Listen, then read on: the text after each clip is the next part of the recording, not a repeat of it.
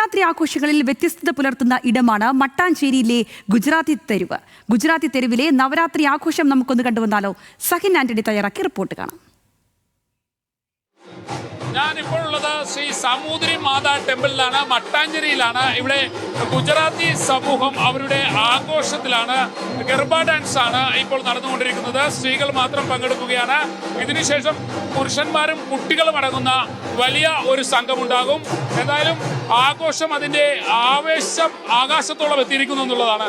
Sir, ഇത് നവരാത്രി മഹോത്സവത്തിന്റെ അവസാന ദിവസം കൂടിയാണ്. അതുകൊണ്ട് തന്നെ വലിയ ആഘോഷത്തിലാണ് അല്ലേ? വലിയ ആഘോഷമാണ് ഇത്. 9 ദിവസം നമുക്ക് ഈ ആഘോഷം ഉള്ളതാണ്. 9 ദിവസം 10 ദിവസം ഉണ്ടാവും. 9 ദിവസം മഹാനവമിയും 10ാം ദിവസം ദസറ. ഇന്ന് ലാസ്റ്റ് ഡേ ആണ്. ഈ ഗർബ ഡാൻസിൽ എങ്ങനെയാണ് സ്ത്രീകൾ മാത്രമാണോ പങ്കെടുക്കുന്നത്? ഇത് നമ്മുടെ ഗുജറാത്തിയുടെ ലോക് നൃത്യാണ് ഗുജറാത്തിയുടെ.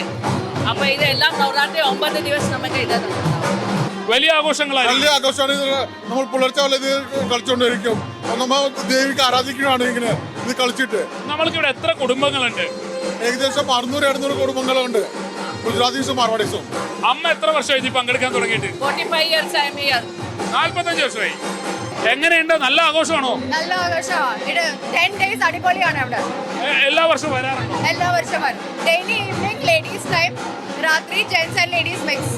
ഈ നൃത്തം എങ്ങനെ പഠിച്ചിട്ടാണോ നിങ്ങൾ ചെയ്യുന്നത്, അല്ലെങ്കിൽ ഇത് കാലങ്ങളായി പഠിച്ചു വന്നതാണ്? The traditional steps are always there and still every year we have new steps added on. ഇനി എന്തൊക്കെ ചടങ്ങുകളാണ് ഉള്ളത്? ഇവിടെ എല്ലാവരും 10 ദിവസം നവരാത്രി 9 days ആണ്. ദസറ അടക്കം 10 ദിവസമാണ്. അതിലെല്ലാവരും ഗർഭ കളിക്കും, പ്രസാദി വെക്കും. പിന്നെ ഗർഭി എല്ലാവരും വീട്ടിൽ വെച്ചിട്ട് ഇന്നാണ് അവർ തിരിച്ചു കൊണ്ടുവരുന്നത്. നാളെ രാവിലെ അവർ പോയി വെള്ളത്തിൽ അത് ഒഴുകി കൊടുക്കും.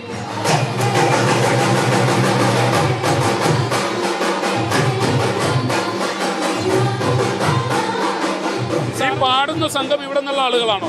അല്ല, ഇവർ രാജ്കോട്ട് വന്നവരാണ്. നമുക്ക് ദേവിനെ ആരാധിക്കുന്ന പാട്ട് മാത്രമേ ഉണ്ടാവുള്ളൂ. നവരാത്രി മഹോത്സവത്തിന്റെ അവസാന ദിവസം കൂടിയാണ്. അതുകൊണ്ട് തന്നെ പരമാവധി ആളുകളെ പങ്കെടുപ്പിച്ചുകൊണ്ടാണ് ഈ നൃത്തത്തിലേക്ക് പോകാനുള്ളത്. ഈ കാണുന്നത് പോലെ തന്നെ ഇതാണ് ഈ ഗർബ എന്ന് പറയുന്നത്. ഈ ഏറ്റവും ഒടുവിൽ, അതായത് ഈ ആഘോഷങ്ങളുടെ ഒടുവിൽ ഇത് പുഴയിലേക്ക് ഒഴുക്കുകയായിരിക്കും ചെയ്യുക. ഓരോ പുരുഷന്മാരും ഓരോ കുടുംബവും അർപ്പിച്ചിരിക്കുന്ന ഗർഭയാണ് ഈ കാണുന്നത്. ഇത് നമ്മുടെ വീട്ടിൽ വെക്കും 9 ദിവസം ദേവി സ്ഥാപന. പിന്നെ ഇതുകൊണ്ട് പുഴയിൽ ഒഴുക്കി കളയും. എല്ലാ വീട്ടിലും ഉണ്ടാവും ഇത്.